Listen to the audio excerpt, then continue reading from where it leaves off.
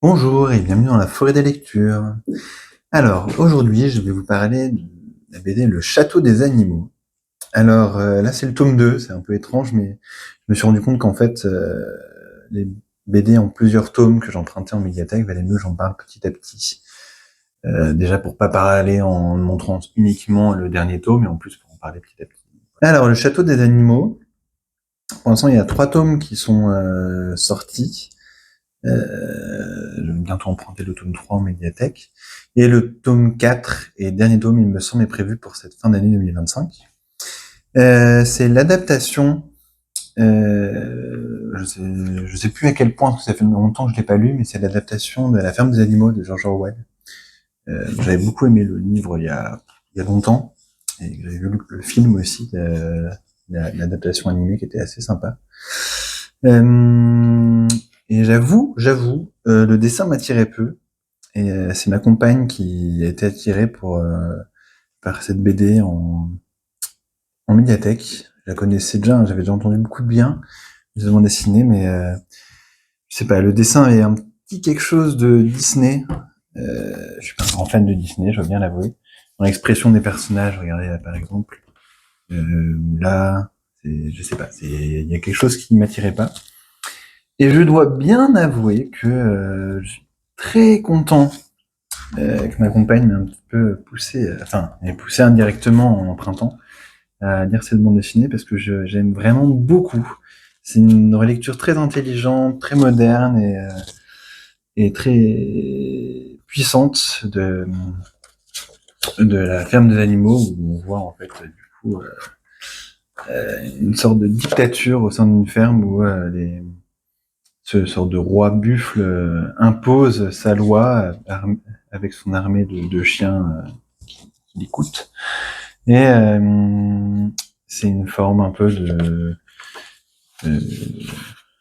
d'illustration de ce que c'est le fascisme ou avec la loi du plus fort qui est imposée via une situation donnée qui est déséquilibrée et en utilisant du coup des personnages qui sont prêts à tout pour être du côté des vainqueurs. Comment du coup une minorité opprime une majorité et avec la loi du plus fort qui règne avec ce buffle là. Et on va suivre du coup une chat, maman de 2 chatons, qui est aux travaux, obligée de subir des travaux extrêmement difficiles là, dans la période dans la saison le froid.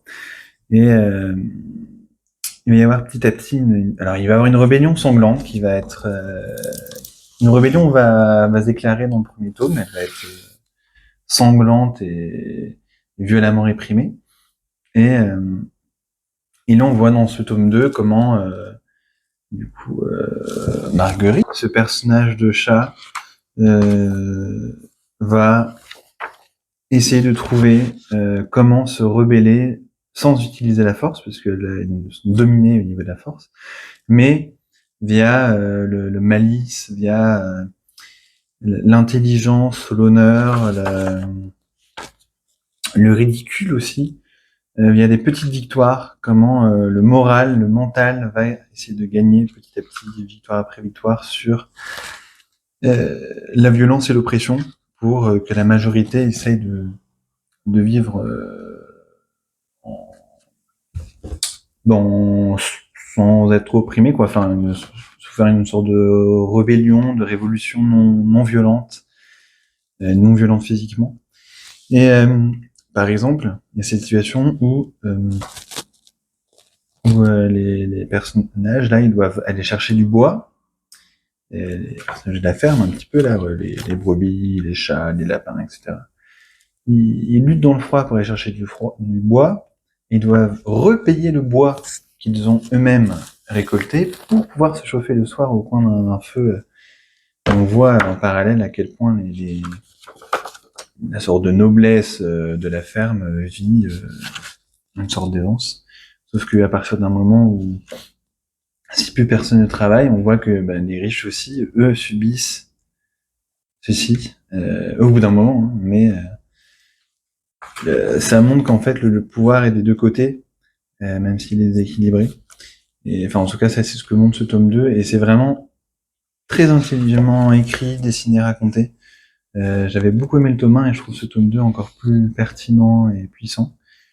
Et, même si le dessin, de prime abord, je suis pas hyper sensible à ces bouilles là, mais je dois avouer qu'il est qu'il est très puissant dans ces pages là. Les couleurs sont toujours bien. En fait, les auteurs arrivent bien à construire cet univers et ce récit. Et il y a vraiment un sens du mouvement, de l'énergie, des expressions qui est vraiment réussi, comme on peut voir là. Et du coup, ils utilisent un peu cette expressivité du dessin pour rendre encore cette histoire plus puissante. Enfin, j'ai vraiment, oui, pour l'instant, j'en suis qu'à la moitié du coup du récit, mais je suis vraiment étonné en bien par cette bande dessinée qui m'attirait pas forcément sur le papier et qui, au final, se révèle très pertinente et intéressante. Donc, je peux que recommander. Je vous en parlerai sans doute une fois que j'aurai emprunté et lu le tome 3 en médiathèque. Voilà, je vous remercie. À bientôt. N'hésitez pas à me dire si vous l'avez lu, ce que vous en pensez, ou si vous avez des questions. Je vous remercie, au revoir, bonne journée, à bientôt.